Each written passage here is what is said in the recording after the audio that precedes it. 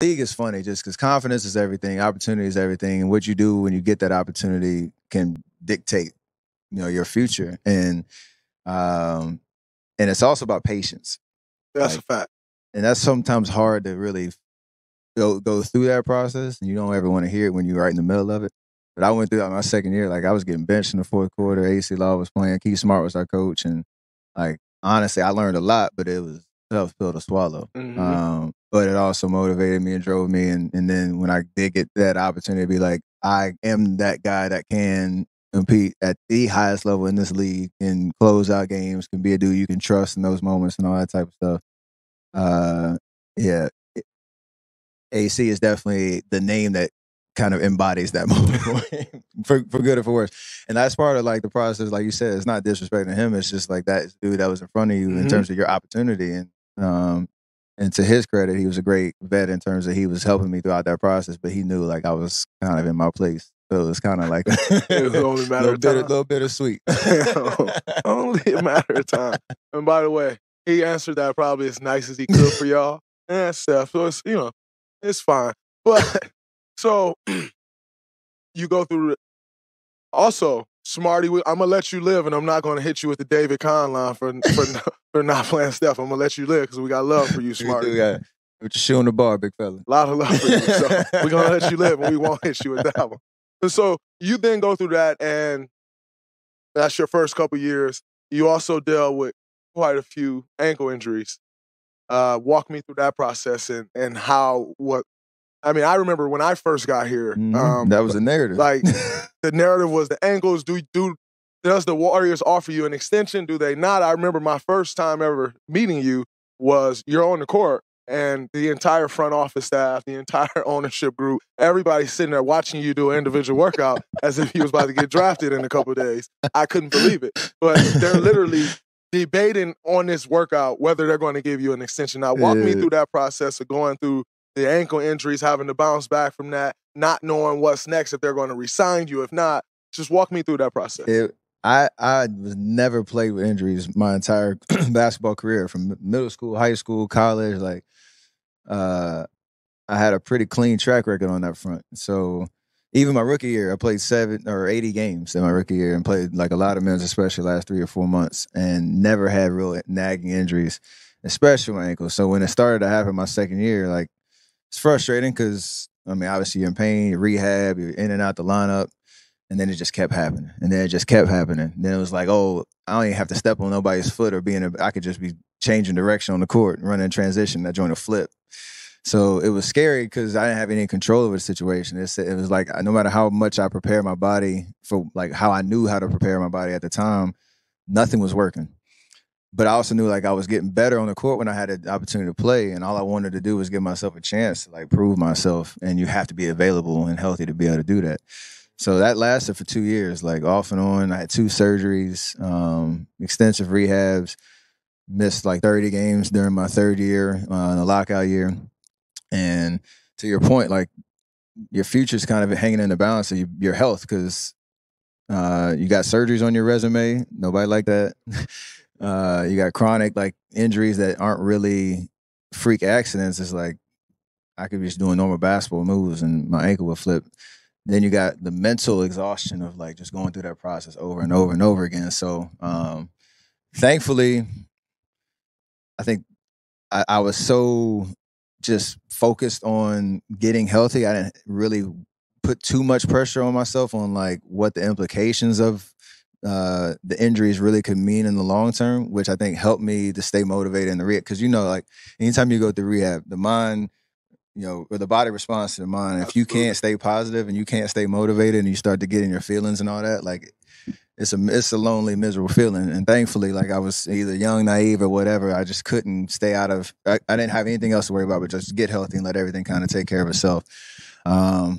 And thankfully, after the second surgery, I started to get a little bit more progress. Started to learn about my body a lot more. Started to learn what it took to, play at this level and the preparation that you needed to do that. And then signed the most favorable contract in possibly NBA history in terms of everything that it allowed us to do.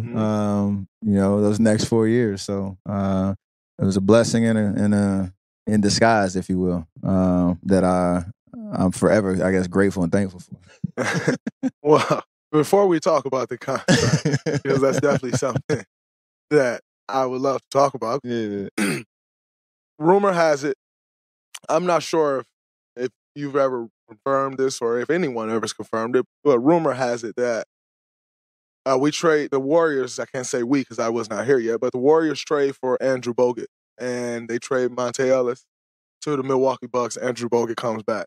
Rumor has it that the trade initially was for you to go to Milwaukee, and Monte Ellis to still be here. Bogut coming in. Mm-hmm. The Milwaukee doctors, who probably should be fired. We firing everybody. Listen, I'm on this whole notion of accountability. Everybody want to hold us accountable. I'm holding everybody accountable. You did it, Milwaukee doctor. I hope they're still not the same doctor there. But Milwaukee doctors, they didn't approve your ankles. Said your ankles would be no good, and so they stopped the trade. And then ultimately, Monte gets traded. Do you know that to be 100% true? And at that time, were you expecting to be traded, or was when that news finally came out, was that news to you? The doctor part, like I can't put a name to it, but I know that was a part of the conversation because it all happened at once for me. I know exactly where we were. We were in Sacramento. It's the lockout year, so it's right at the trade deadline. We get to the arena and walk in the locker room. First, I was on the first bus. Monte usually comes on the second bus. We were we were outside of playoff seating, but we were trying to make a little push. Like we were like 10th, like maybe 4 or 5, 6 games out of it. But we thought we had enough time to, make a run. And we get in the locker room, and it's kind of a different energy. And around trade deadline, it's always like that, but this was different. It was like, it's a little quiet in here. Like, what's going on? Mark Jackson's the coach at the time. It was his first year. Get in the locker room, and I'm getting tape, getting ready to play in the game, and you see across the ticker on the TV in the locker room, like breaking news, NBA trade, Warriors trade, Monte Ellis, Epe Udo, and somebody else for Andrew Bogut. And that's how we found out. So wow. we were in the locker room like, yo, what the hell? What? What's going on? So Monte shows up. He just got off the phone with his agent. His agent just called him. And this is maybe an hour and a half before the game, 2 hours before the game. So then, he's kind of like emotional, but, kind of resolute on like, this is happening. Like, forget y'all. Like, not team, but forget the organization in terms of like, he was the true ultimate warrior. Like, he was a fan favorite, deservedly so. We Believe, the last one from the We Believe team, had grown into a veteran, presence and leader in that respect. So it was a tough blow for like all of the nation. It wasn't really received well. So that's how it went down. Everybody kind of said their goodbyes to Monte, Epe, they left. And then Coach Jackson pulled me out at the locker room. And he's like, yo, I just had to let you know, like, they wanted you in the trade. But for whatever reason, like, and that's part of the document, it didn't go down like that. He's like, I kind of stepped in too and said, I'm going to give you the keys. I felt like I really believe in you. We just got to get you healthy. And that's what the rest of the season's going to be about. So, his line, don't make me a liar. Don't make me a liar. And so that was when it was like the trade happened and like, oh, by the way, that could have been you type vibe all at the same time. Crazy day. I'll never forget that moment because it definitely set the tone for what, the next chapter was about to be about. Actually, before we go into the $44 million deal, speak on Mark Jackson a little bit. One thing I always say to people, and I would love to get your perspective, I don't think people, like, it's just not something that we talk about. Mm-hmm. But I felt like Mark Jackson, Coach Jackson to me, but I feel like one thing that he was great at is he breathed confidence in the guys. Like, he's just spewing confidence in the guys. And I think that was huge in our growth and who we eventually became, is the confidence that he gave guys. I know people, like, I was actually watching earlier today the clip when he said, I got the best shooting backcourt in the history of basketball. He sounded crazy. He sounded crazy. I thought he was crazy and out of his mind. Everybody in the world thought he was crazy and out of his mind. But he said, I got the best shooting backcourt in basketball history. What did Coach Jackson do for you in your career and helping you understand, like, no, you are one of them dudes? What was that for you? Because I know for me, like, he breathed confidence into me and made me felt like I belonged in this league. Yeah, it's the balance of like, as a player, like people who say they don't hear or read anything, they lying. Like you hear everything that happens. That people like media, analysts, coaches, other players. Like it's a small fraternity and group and a family in this NBA, and then also within these organizations. So you hear everything about you, and it's just a matter of like that awareness mixed with, like you said, your confidence and who you are, your identity, and then obviously what you go and do out on the floor. To have somebody that's a decision maker, that's, you know, in that head coaching position, that goes out of his way to either defend, hype up, like breathe life into, like you say, to your players, like that meant so much, especially as a first time head coach, because he was going out on these, you know, on these limbs that, like you said, some people thought he was like out of his mind, you know, just kind of just a ride or die with no kind of thought. Like he was very strategic and intentional about everything that he said. And that meant so much to us as a young team, trying to just find an edge and find an identity. And it was contagious, man. Like, you know. That were a little unfair. And here's one of them. Steph Curry ruined the game of basketball. When he said that, everybody was on edge. Like, wow, did he really come out and go at Steph like that? He bitter. He got fired. Now he coming at Absolutely. You look at the game of basketball today, I understand exactly what he was talking about. Absolutely. You watch an elementary school play, you watch the NBA. I know exactly what he was talking about. But at that time, I think that also fueled the narrative of him being bitter, right? It fueled the narrative of, oh, man, it wasn't all working there. And look, now he's shooting that step. And it was actually more of a compliment than anything. Just had to let the dust settle and figure out exactly the context. He had been in gyms with his sons. They were hooping. He was watching, you know, middle school games every week, and he was like, "Yo, what is it?" They're literally watching this dude and thinking they can skip a bunch of steps and be like him. So it's hard to get that in on a broadcast, especially.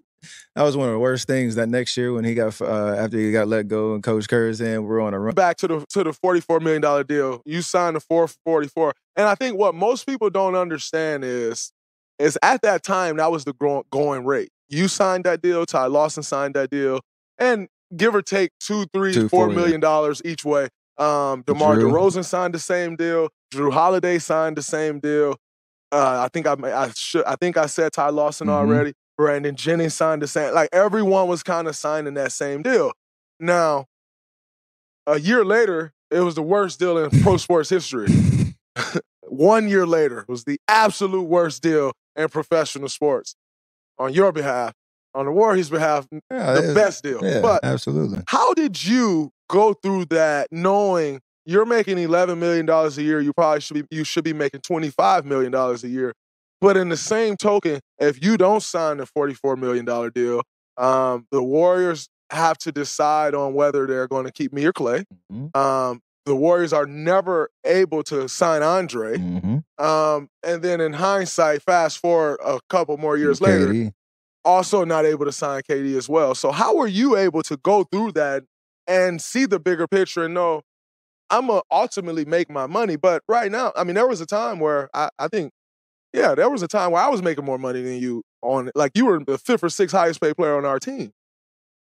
It's all intentionality, and it sounds so freaking cheesy and cliche because I'm talking about it right now, but like this is exactly how I thought. And it's like I talked to my wife about it right before I signed. I was flying into Phoenix the day before opening night, which by the way was probably one of the worst games signing after signing a contract in NBA history too.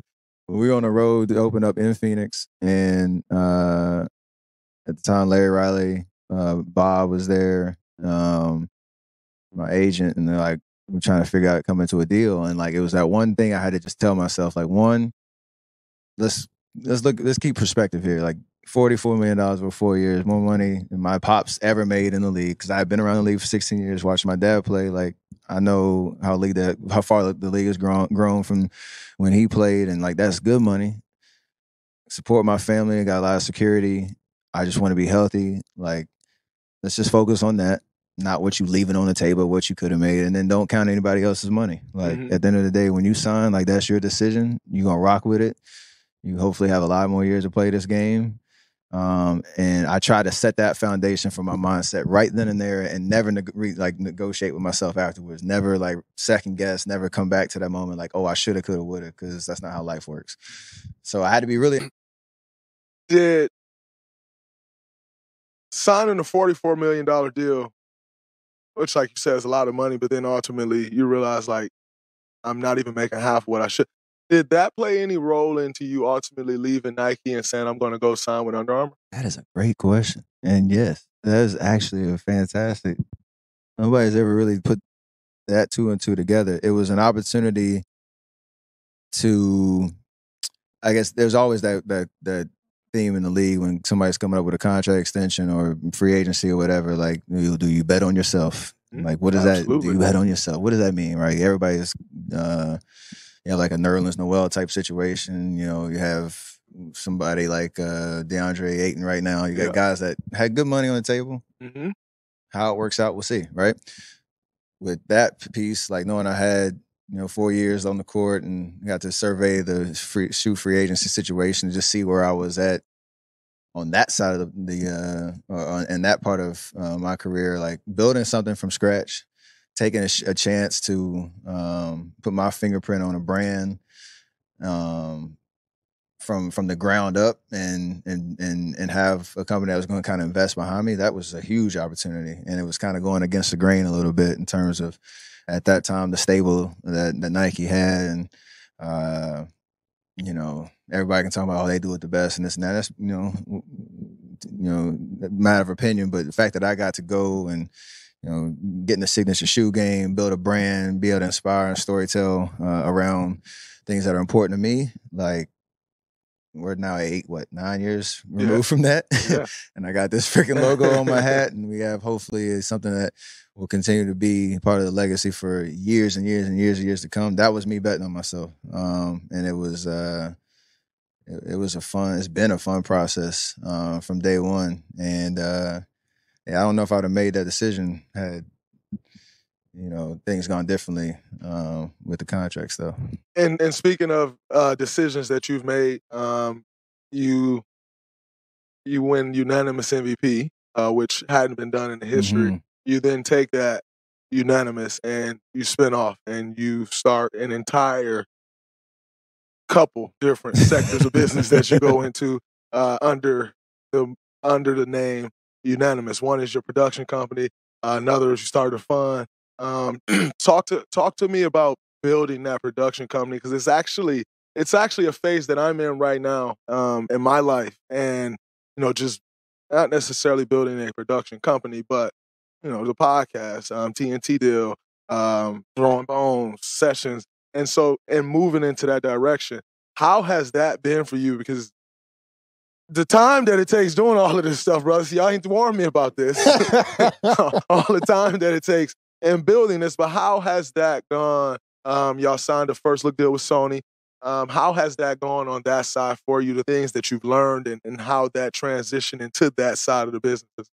It's been a whirlwind, and you just said like it's about making sure you prioritize like what keeps the lights on, what makes all this possible. Obviously, that's basketball, and I don't know what kind of feedback you've gotten, but that has never ever changed. Like whatever you see us doing outside of court, like we know how to make sure we keep balance. And I'm not saying it's easy, but you always prioritize and make sure one, who you're doing it with and your people in your team, because that's the most important piece. Sometimes you get that right, sometimes you get that wrong. The quicker you can realize when you get it wrong and make the necessary changes, that's important. And that's a hard thing to do in our position too, because you do, got to delegate and make sure people are positioned for success. But at the end of the day, it all comes back to you. And some people like that responsibility, some people don't. But I've found that it's been amazing to try stuff. Like it's been amazing to just experiment, try your skill set at different things, get into, projects that move you. Like you talk about with my media company, with Unanimous, like we found pillars within faith, family, and sports that we want to continue to tell amazing stories through a bunch of different mediums, but making sure that it is authentic to who I am, my personality, things that are important to me. And then allow my team to push me a little bit into different areas that I didn't even know were possibilities. And so, that's going to be a long journey that we'll continue to to assess our goals and measure up how we're doing and keep building and scaling up. But I think obviously it comes down to the team. That's something that is a comparison to basketball and off the court.